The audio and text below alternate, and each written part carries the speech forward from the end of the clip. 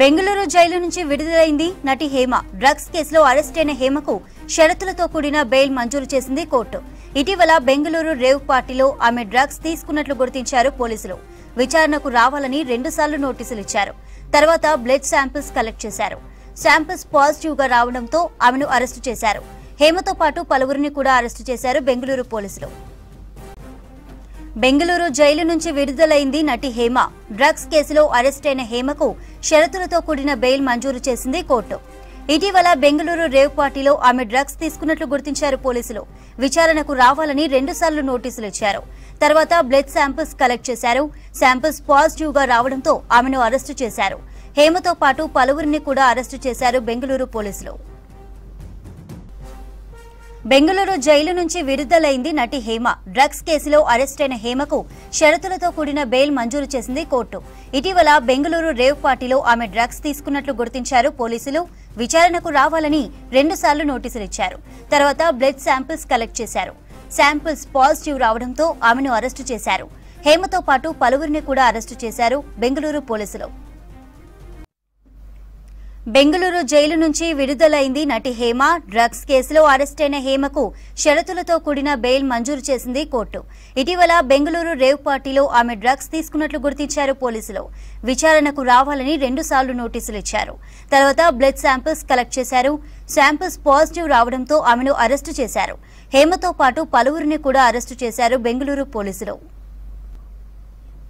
మరిన్ని డీటెయిల్స్ ధనరాజ్ నుండి తెలుసుకుందాం. ధనరాజ్, హేమకు షరతులతో కూడిన బెయిల్ ఇచ్చినట్లు తెలుస్తోంది కోర్టు. దీనికి సంబంధించిన అప్డేట్స్ ఏంటి? చంద్రిక, ఈ బెంగళూరు డ్రగ్స్ కేసులో నటి హేమ ఇవాళ విడుదలయ్యారు.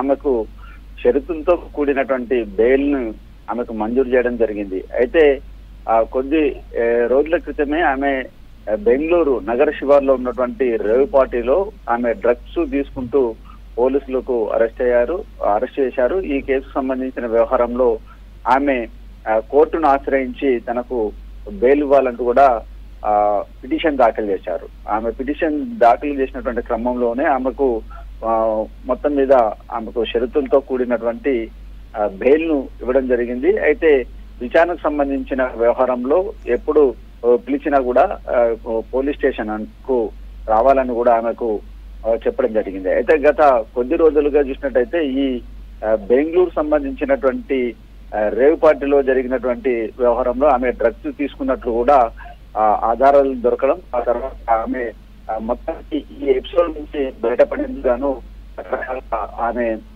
మొత్తానికి అక్కడ ఉన్నటువంటి పోలీసులను తప్పుదోవ పట్టించే వ్యవహారంలో కూడా ఇటు అక్కడ ఉన్నటువంటి బెంగళూరు సిసిబి పోలీసులు కూడా చాలా వరకు ఆమెను న్యాయ విచారణకు సంబంధించి ఆదేశించడంతో ఆమె 14 రోజుల పాటు కూడా జ్యుడిషియల్ రిమాండ్ లో కొనసాగారు. ఆ తర్వాత ఆమెకు బెయిల్ ఇవ్వాలంటూ కూడా ఇటు కోర్టును ఆశ్రయించినటువంటి క్రమంలోనే మొత్తం విచారణకు సంబంధించిన వ్యవహారంలో ఎప్పుడు పిలిచినా కూడా ఆమె హాజరవుతానంటూ కూడా చెప్పడంతో ఆమెకు మొత్తం మీద కూడా ఈ డ్రగ్స్ సంబంధించిన వ్యవహారంలో ఆమెకు షరతులతో కూడినటువంటి బెయిల్ లభించడంతో కూడా మొత్తానికి ఈ కేసు వ్యవహారంలో కొంత ఆమెకు ఊరట దొరికినట్లయింది. చంద్రిక.